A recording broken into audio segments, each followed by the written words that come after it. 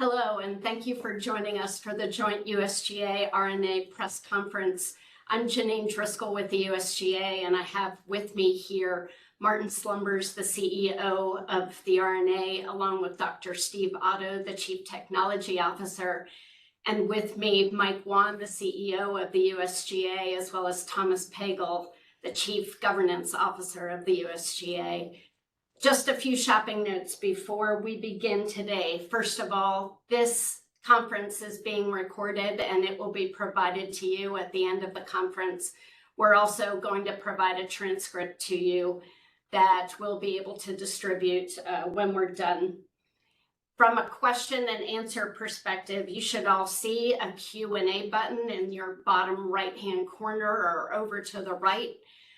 For those credentialed media members, you can insert your question directly in there. Please include your name as well as your outlet, and we will be able to list those questions and drive them to our panelists as they become available. If you want to direct your question to a specific person, please feel free to let us know in that chat as well, and we'll be able to deliver them. With that, I'd love to open the conference, and Mike, please take over. Thanks, Janine. Thanks, everyone, for taking time out of your morning to join us, or afternoon or evening, no matter where you are. And before I jump in, let me just say on behalf of both the USGA and R&A, thanks for what you do for the game as well. Today's announcement, which I'm assuming by now most of you have read, is another step in a long, deliberate, and I think you'd agree, fairly transparent process over years to address the consistent historical trends in increased hitting distances. It is a notice and comment, so as the name suggests, it's us, USGA and R&A, notifying you of our specific thoughts regarding both direction and timing on this topic. And as the name suggests, we start with a notice today, and then we have a comment period that'll last until mid-August, so we give the opportunity for the industry and all the other stakeholders to give us their feedback. On the topic of feedback, the one thing I hope you don't miss if you've been following this process is this current notice and comment certainly reflects feedback we've heard from the marketplace. Most importantly, the number one feedback we've consistently heard from virtually all aspects of the game, which is please don't negatively impact the recreational game and the strength of that game right now, as this notice suggests and does not impact. It's a fairly simple approach. Meaning it's not only simple to understand, it's simple to implement at a local level, and it gives the game choice that it doesn't have today.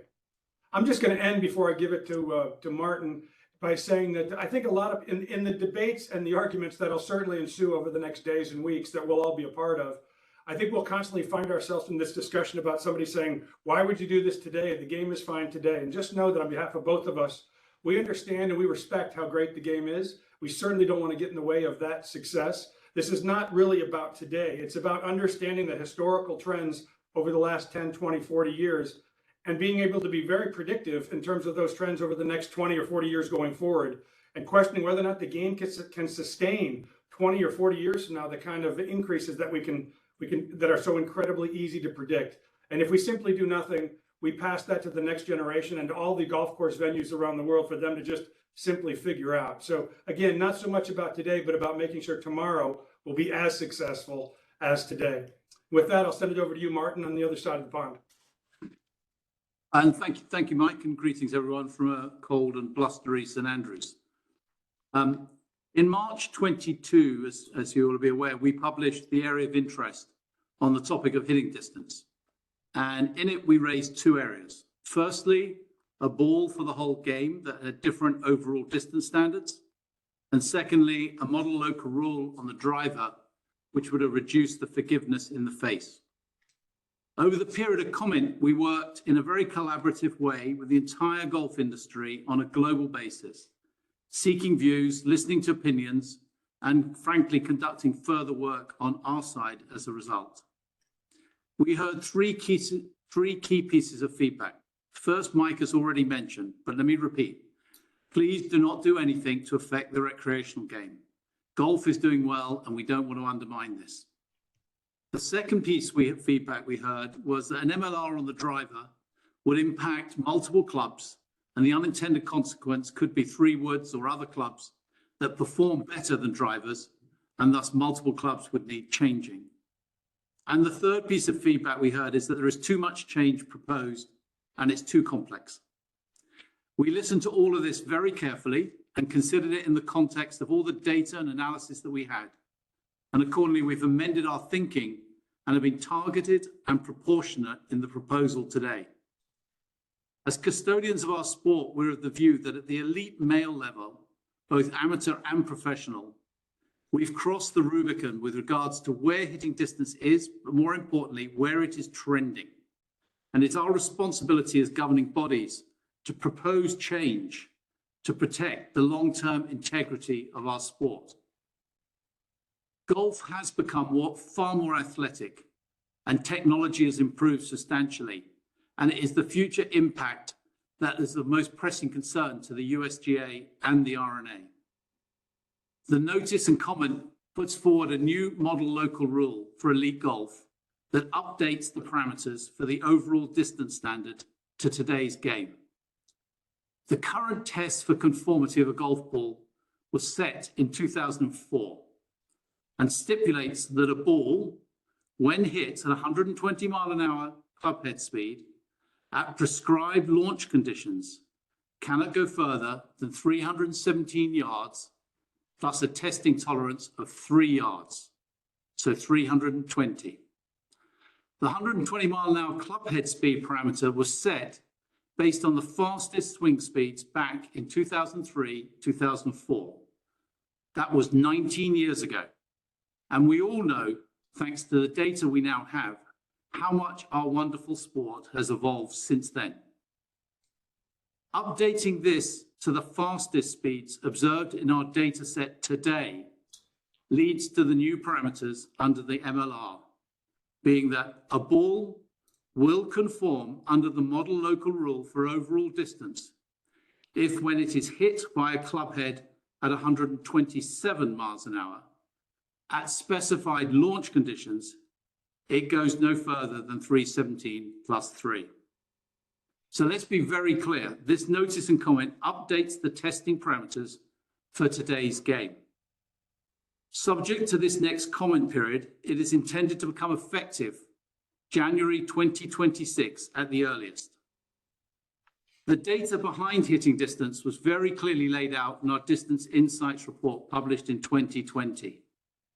There's been much commentary on this since then, but in our opinion, the one very clear conclusion is that over a long period of time, hitting distance at the elite end has consistently continued to increase, albeit punctuated with certain periods where the increase slowed. There is no doubt that this will continue in the future, and this is the prime reason for us to act today. If you're a keen follower of elite men's and boys golf, it's clear that the next generation of top players are bringing even more technique and athleticism to golf and using the best of technology innovation to deliver even more consistent, faster swing speeds. During the last 4 to 5 years, I've been asked about what are we going to do many times. I've always responded by saying that this is a serious issue and needs serious people thinking very carefully. I have been hugely encouraged with the level of collaboration and debate by serious people, and Mike and I are both grateful for that. This is a fantastic industry with terrific, responsible people, and I, for one, am very proud to be part of it.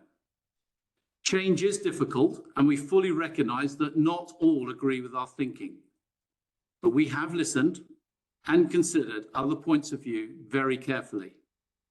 Our role is to protect the future of golf, both in terms of its overall integrity as a sport, its broad mix of skills to deliver excellence, and its environmental responsibilities over the next 20 to 30 years. It would be irresponsible of us to not address these matters, which have had so much attention. We know this is challenging, but it's our responsibility as governing bodies to do what is right and not what is easy, and ensure we leave the game in a better state for future generations. Thank you, and I would like now to just make one comment for those who love golf. John Paramore, who was one of the best referees, certainly of my lifetime, sadly died a few weeks ago, and his funeral is this afternoon at this point in time And certainly from the R&A's point of view, our thoughts are very much with John. And with that, I'll turn back to Janine to answer any questions anyone may have. Martin, Mike, thank you for your thoughtful conversation that you have started. I do want to begin the Q&A right now. Again, I want to remind everybody that you can place your questions into the Q&A box that is on the right-hand side of your screen. We are starting to see some questions pop up. Please let us know if you have any questions directly in that box. I also want to remind everybody that the documents that we released publicly are available on rna.org and usga.org/distance insights for quick reference. Steve, I want to start with you, and I'm hoping that for the audience's sake, you can unpack the technical aspects of this announcement. Specifically, can you tell the audience how you got to the launch conditions of 127 miles per hour and the 11 degrees and 2200 RPM? Thank you, Janine. Well, as Martin said in his introduction, we're benefiting from more and more better and better data. So the 127 miles an hour is representative of the top 1% of shots hit actually on the PGA Tour, with thanks to them sharing their shot link system with us. So we're able to look at that, look at the fastest shots that are being hit by today's players. No single player has an average up at that value. So it's representative of the club head speed they're using to attain these prestigious distances. The 11 and 37 are a hybrid of where optimal launch conditions would be for modern tour balls. So that's how you get greater distance. It's increased club head speed and hitting close to those optimal launch conditions. So that's where it came from. It's probably worth mentioning too, in Martin's comment about the last periods of comments, that using the 11-degree launch angle, we were originally proposing, if you remember a year ago, optimizing launch conditions for each individual ball, for maximizing each ball. And one of the comments we heard pretty clearly from manufacturers is the challenge with that, both financially and operationally. And as a result of that, went back to set launch conditions so that they can build balls with those conditions aware and know what the testing will be like when they send to the R&A and the USGA. So it's another one of those, maybe not where we were initially, but through feedback got to this point. Thank you, Mike. Thomas, can you just define for the audience why a model local rule? Yeah, thanks, Janine. I think simply put, it's based on the feedback we received. The number one point of feedback, as Martin said, that was consistent across all stakeholders was don't negatively impact the recreational game. While knowing we still need to address on the long end, the elite level, that really drove us to this decision of using a model local rule. And model local rules are not new to the game. Model local rules have always existed. There are 80 plus model local rules currently in the book. More than 10 are related to equipment. Some have been recently introduced, such as green reading materials or club length. So it's a mechanism we use within the rulemaking process. And again, to ensure that we had no negative impact on the recreational game, we felt that the best path forward was to introduce a model local rule here. Thank you for that. I am going to start opening up the questions that we received. Martin, we got a question from Jack Hirsch of golf.com. Why roll the ball back instead of just trying to limit where it is now? Well, I think when you look at it, when you look at trying to make a change, and the point that both Mike and I feel very passionately about is we're not so much trying to solve a problem today, we're trying to solve where we believe it's going. And there is no doubt in my minds that the game is going in that direction and will continue to move upwards. There is no evidence in the history to prescribe otherwise. And what by taking a step back here, we give ourselves some headroom for the next 10 to 15 years, depending on how the game develops. But I would keep coming back to one point, which was when we set the formula back in 2004, that was reflective of the game's performance at that time and the way it was played with hitting distance. And what we've done is we've updated it. So we haven't changed the regulation. It's still 320 yards. But we brought that up to the modern day game. And I think that's highly important for all things that we're doing to reflect the modern game.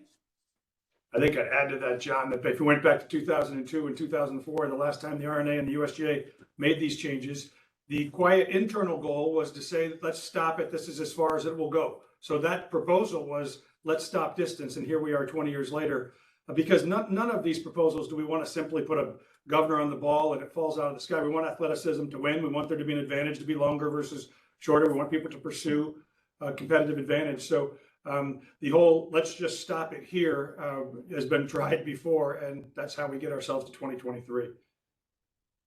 I think, Mike, it's also worth saying that, you know, by sticking with the same formula, which has been tried and tested, the longest drivers today will still be the longest drivers.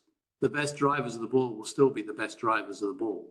And I still think that therefore we kept the integrity of the performance. And I think we're aware, you can do the homework too, that the kind of distance impact we're talking about is probably going to last 12 to 15 years before we'll be right back to where we are now, given historical trends. So it's not, we're not suggesting that we're taking the game to a place that that it hasn't been recently, and that we won't be right back here in 15 years. Were you going to say something, Steve? Sorry, I interrupted you. I think it's also worth being mindful that due to our process and our engagement with stakeholders, this is not a fast process. If you look at the top to tail, this will run from 2019 till at least 2026. So we need to be reacting now so we have something in place to help us with that future vision rather than being able to impose it on a faster timescale. It's all about collaboration and engaging with stakeholders and getting views back. Great, thank you, Steve. Mike, we're getting a few questions about the difference between the recreational game and the elite level game. Specifically, is it expected that the college game will adopt the MLR? What are your thoughts there? I'm not really sure yet. The thing that's interesting for me, coming from a former commissioner role, is when you're a commissioner, you learn that you go out and tell everybody what you're thinking about doing before you get to the podium. In this agreed process that we have with manufacturers and the rest of the stakeholders, we're required to tell everybody what we're doing and then go talk to everybody. So we couldn't go out and talk to the NCAA or have real conversations with tours or other associations. So in this notice and comment, it requires us to first notify and then go work on the comment process. So it's kind of backwards to what you see, but this way it forces us to be transparent in the process. So do I think that there's an opportunity here for the NCAA to utilize the same thing? I do. Exactly where the NCAA is on this, we haven't been able to have that conversation until now. So that'll be something that we can do going forward. But it would make sense to me, given what we see at the college level, to implement this. Whether or not that's something that they will or won't do is conversations we'll have to have going forward from today. Mike and Martin, to both of you, if this model local rule is adopted and it's put in place, will you use it for any of your respective championships? Yes. You're muted there, Martin, but I'll take that as a yes. Oh, we lost him. Oh boy. I won't speak for the R&A, but it's fairly safe to say we wouldn't be suggesting this if we didn't think this was something that we would utilize as well. Right. There we go. You back, Martin? To make sure we have your audio, Martin. Sorry, Janine, did you hear the answer to your question? We can hear you now if you want to repeat your answer, Martin. Same as Mike, yes. Thank you.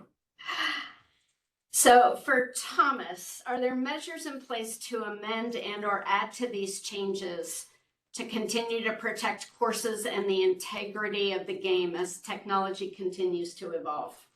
Yeah, Janine, I think that this approach, specifically relying on a test that's been in place since 1976, was updated, as we mentioned, in 2004. By updating the standards now and doing it as a model local rule, it will allow for us to actively manage this process for moving forward. So as Mike and Martin have both said, this is not about today. This is not about fixing a problem today, but it's about the question of if we sustain the current year-over-year increase that, as Mike has said, is historically consistent, what does the game look like in 15 and 20 years? And so by putting this measure in place, if we're back here in 14 or 15 years, we'll have the mechanism to, again, adjust or update the speeds at that time if we're no longer reflective of the fastest swinging players at that time. So again, this provides a mechanism for us to be able to manage, because this is all about, or one of the primary reasons I should say, is about eliminating the pressures for golf courses to continuing to increase. And so we do think that this will serve in that regard.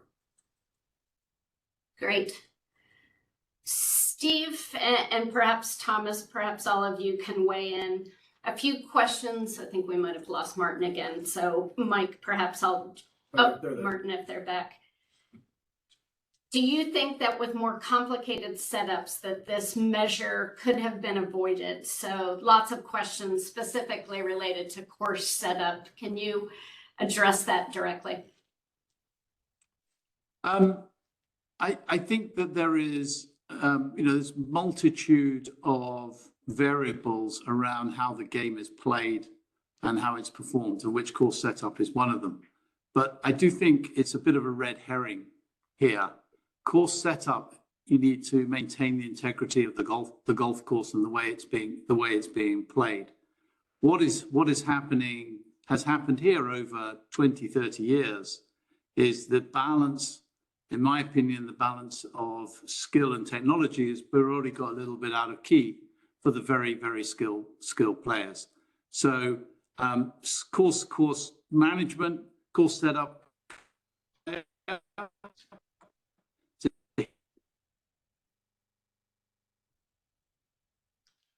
So Janine, while we're waiting for the but I don't see, I do not see that it could have been the panacea to not have us where we are today. So Janine, I would add to that. Our green section, along with Steve and his team at the R&A, have done significant amount of research on the impact of golf course setup, golf course design, and golf course maintenance. And one of the things about this game is it is a global game, and this issue of distance is a global issue. And so when you look at different environments, different factors, there is no silver bullet to suggest do this with golf course setup and you can solve a distance problem or have an impact on distance. Now, there are setup and design features or functions that can have a minimal impact, 1 or 2 yards on distance. But again, what you can do in the United States might not apply in Japan or Australia or Scotland. And so we have to be mindful of that, because this isn't about a tour or a series of professional tours. This impacts the elite amateur game as well. And so we're talking thousands of golf courses. And then with that, as you look at footprints continuing to increase or expand from a setup perspective, with that, you also have the use of nutrients, resources, and that doesn't, that's not in line with the, sustainability measures that as a game, we really need to start thinking about. I also think too that if you go back to that #1 feedback from the industry about please don't negatively affect the recreational game, higher rough, narrower fairways, more trees, those things all make sense if we're only talking about one entity, but make the game longer, harder, longer to play, more costly to maintain. So to Thomas and to Martin's point, we want to make sure that we're addressing the topic and not necessarily making the other 99%, take the tax. Well said, Mike. One other question has come through. If golf has seen technological advances for centuries, what makes you think you have the solution for 20, 40 years out? Mike, you want to start? Yeah, I don't think we're sitting here today suggesting we have the magic answer. We'd be the first to say, I'm sure in 2002 and 2004, when the R&A and USGA were sitting on a call like this, they didn't envision, that over 50% of drives of elite male golfers being over 300 yards. They couldn't probably kind of conceive that, or that longest hitters could swing the golf club 120, 127, 28, 29 miles per hour. That's okay. I mean, as we've said from the beginning, we want to encourage athleticism. We want young kids to be thinking about how to take advantage. And so this is a step. Do I think it'll be the last step we make in the last 20 or 40 years? I don't. Do I think it'll be, I think every aspect of it will be correct? Maybe not. But I can tell you that I think as a group, having gone through all of the different formats, and a lot of people throw things out and sort of have answers, but having going through all that, this is, in our opinion, overwhelmingly the best step we can take at this point. It buys the game some space, and it doesn't pass it forward to the next week. Because one option is simply say, hey, it's not worth all the debate and argument and the negativism that both organizations take on when we make these changes. We're aware of that, but not doing something, to Martin's opening point, is is borderline irresponsible, if not pure irresponsible, in terms of just passing this on to the next generation, or asking, asking tens of thousands of golf courses to just figure it out, and and to keep investing millions of dollars to try to keep up with the game. That seems to be us completely not understanding what's an important role that we take on for the game. What is undoubtedly certain is the next set of variables will be different to the variables that we're dealing with at the moment. But what we mustn't lose sight of, and I don't think we have lost sight of throughout this, is protecting the underlying integrity and the fact that golf is a game of skill. Thank you, Martin. We've received a question about the women's game. Specifically, Martin, do you think there's a distance problem in the women's game? And what's your recommendation for the women's professional tours or women's majors? I think at this point, there isn't a distance challenge in the women's game. You're certainly seeing changes in the women's game where more power, longer distance is coming in than maybe even 5 years ago. But at the moment, there's plenty of headroom to be able to on the golf courses that we have for the women's game. So we would not be intending to make any application of this rule in women's elite golf at this point. Helpful. Thomas, Mike, anything else you want to add at this point? No, I think that, like I said, in this process, we'll go have those conversations now. But I think to Martin's point, there is room on most courses to move back quite a ways. Whether or not they implement this now is, as in every case, is their decision. But this would provide choice longer term. That I think longer term, we'll be glad this choice is available. Great. And on that same note, Mike, Martin, what have you heard from other stakeholders in the game, the PGA of America, the PGA Tour, or the DP World Tour? I'll go first, Mike. If you like. I think we've heard similar feedback to what we summarized earlier. Don't affect the recreational game. We're in a great place at the moment. We're benefiting hugely from the impact of COVID in 2020. The game of golf at the recreational level is good. I think we also heard a bit about think about elite golf too narrow, and don't just think about it as tour pros. And I think I feel very strongly about that. You only need to go and watch boys elite golf to see that the next generation are coming along, and they're hitting the ball as far, if not further. And we certainly know that in the tours leading up to the PGA Tour, the ball tends to be hit further, and they cut back a bit when they get to the PGA Tour. Yeah, I think I think we're certainly aware, and I certainly was a commissioner too long to not think that there's going to be more than a few, if not many players who don't like this direction for obvious reasons. They're whatever they are, 25 years old, prime of their career, hitting the ball a long way. Don't mess with that formula. And I can't argue with them. I'm not saying that they're wrong, but I also don't think anybody's asking them to think about what the game's going to be like in 30 years. The one comment I would say, we got a lot of comments, and I would say most of those comments are reflective in the notice and comment that you're reading today. The one comment that we got that we really didn't implement was don't do anything. Because when somebody says to us, please don't affect the retail business, but then I don't like an MLR, and then at the end you're essentially saying, so I don't like any choice. That choice to us is irresponsible and looking the other way. And I've said this many times. If you want to critique the USGA and the R&A over the last 20 years, you can be a critic on why didn't you do this 5, 7, 10 years ago? Fair comment, and we've taken that on too. But taking another 10 years off or looking the other way and just saying distance is great, everybody's excited, and of course it's going to grow by more than a yard a year for the next 20 years, and we all know it, but we'll just turn the other cheek. That would be a shame, because that's just to say that the next generation in golf courses around the world just have to figure it out. So I get it. This won't be easy. And I've said this, Martin knows this, when I accepted this job 2 years ago, when I called a bunch of friends, including Martin, about, is this something I should do? The consistent feedback I heard is governance in a governing body of the world is hard. People don't like change. They don't like people who implement change. So we're aware of that. I mean, this isn't a day that Martin and I have said, is this going to be fun? Let's really enjoy the next couple of months. but these debates are good for the game. These debates are good for us. And if anybody thinks that these debates in the past haven't reflected in changes in what we've recommended, you haven't been following the process very well. So they're not always easy, they're not always enjoyable, but I do think they have been beneficial. And listen, do I expect everybody we announced today? I can promise you, Martin and I will get 50% calls that said, is that all you're doing? And 50% of the calls, again, I can't believe you're doing that. And if the number is different than 50-50, it won't be by much, and that's governance. Mike, thank you. And along those same lines on the divide between how people feel, we're getting some questions about why 2026. And we've talked before about the deliberate process that we have. Steve, perhaps you can answer why 2026.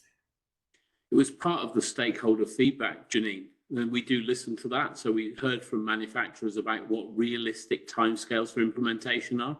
These balls will need to be shorter, but they'll need to be of the utmost quality. It's not just about making inferior balls, it's about making high quality balls, which requires player testing and development cycles. This is where we've listened to the industry and tried to say at the earliest, this would be January 2026.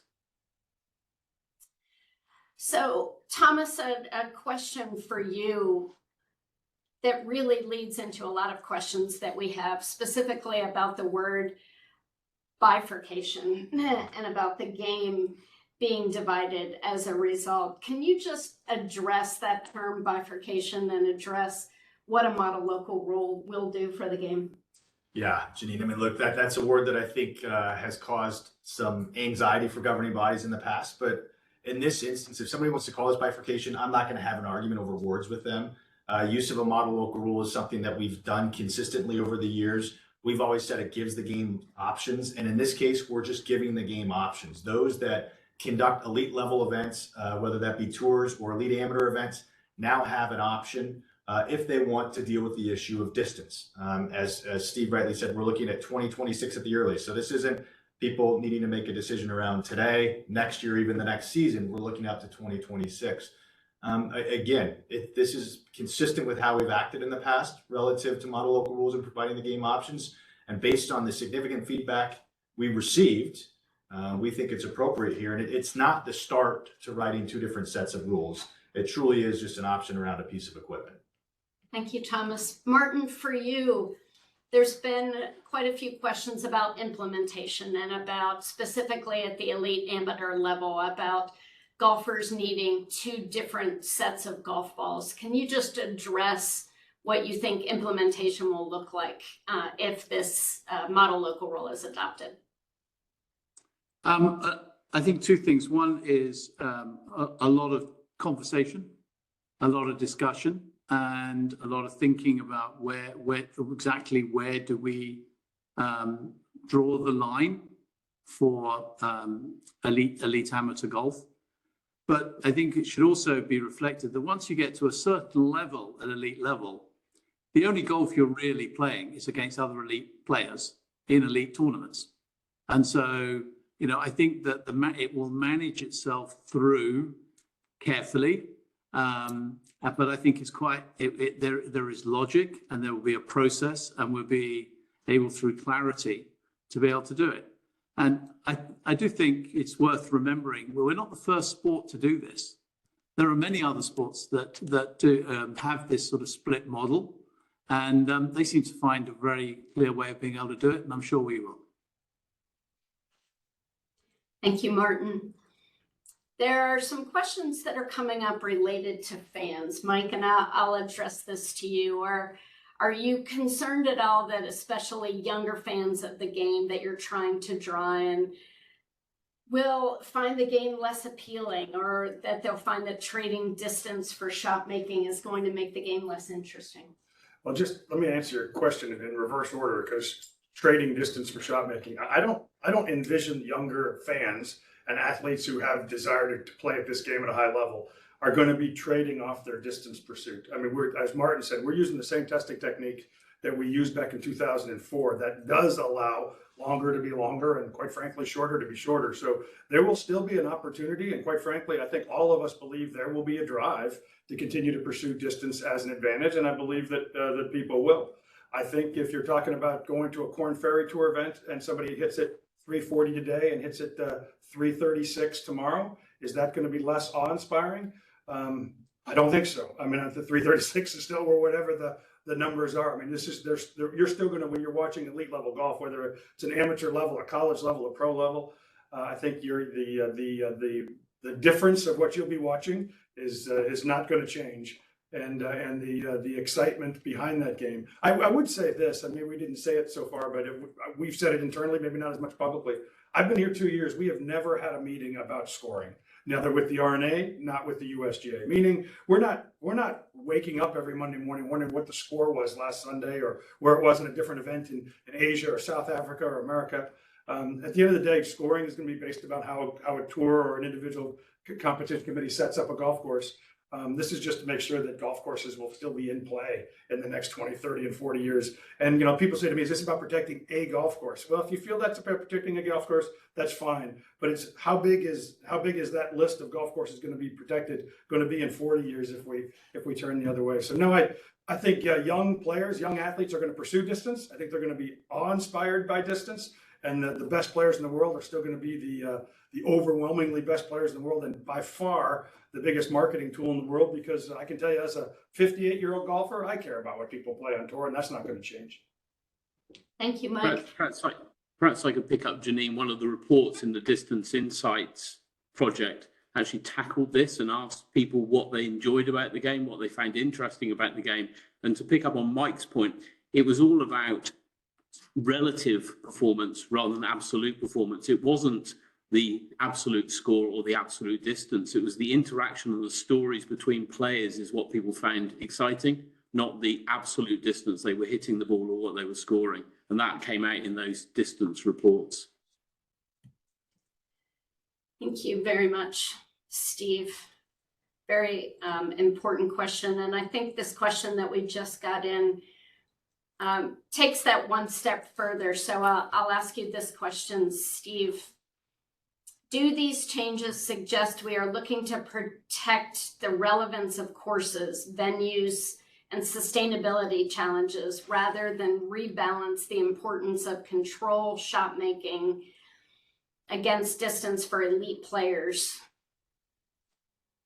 I don't see those as two opposing topics, Janine. I see them as sympathetic, and we are looking at, as Thomas said earlier, the sustainability aspects of this, the footprint of golf course, the uses of water, the uses of pesticides, etc., but also looking at protecting the integrity of the sport to ensure that distance doesn't become too dominant in determining success. Great, thank you, Steve. We're going to ask 2 or 3 more questions, and then I'll have Martin and Mike just close out the conference for the day. Thomas, I'm going to direct this one to you. What obstacles do you foresee being the hardest to overcome in this process? Well, look, I don't know if I'll talk about it in terms of obstacles, but certainly process, and Mike and Martin have both referenced process. It's important to us in this process. It can be long, frustrating for some folks who are looking for action to happen sooner, but the reality is we owe this to the game. We owe it to the manufacturers to go through this deliberate process. So we've gone from 2 areas of interest where we've talked about research topics, and now we're in a stage of proposing a rule change that we're going to have to talk to the industry about, get their feedback both on implementation, but also the substance of what's part of the model local rule that we're proposing today. So what are the biggest challenges? I'm not sure I have the answer to that question just yet, because frankly, everyone's hearing about this today for the first time, and so the conversations are going to kick off from this point forward. Thomas and Steve, perhaps for all of you, what challenges, or more importantly, what lessons did you learn from other MLRs that you have put in place in the game? I think, Steve, I'll take it first, but just given my history from a rules of golf perspective, I'll tell you, model local rules are all about understanding perspective, right? They usually come to us because a course or tournament organizers or tour operators say, hey, we have a unique challenge. Can you help us address it? Or we identify a unique challenge and we look to address it. So I think it really is about understanding perspectives, and we'll certainly be sure to do that here as well. I'm not sure if this really answers it, Janine, but I'm really looking forward to the next 5 months and being able to take these conversations forward with people. we somewhat operate in a vacuum. As Mike said earlier, we have internal conversations. We think about these things. Today marks a point where we can now go out and talk to the industry about how we could implement this, what measures people need. So really, it's about the challenges of finding enough time to have all those serious conversations with people to look at forward to this. I think, Janine, that it's safe to say, I think, for all of our conversations we have all around the world with players, course owners, stakeholders, the thing that we'll probably find most challenging is getting others to be as committed to the future of the game as they are to the exact current state of the game. You know, a lot of cases, and I can speak to this to my former role, you know, if you work for an association, that association is about right now and about opportunities and jobs and careers and financial opportunities.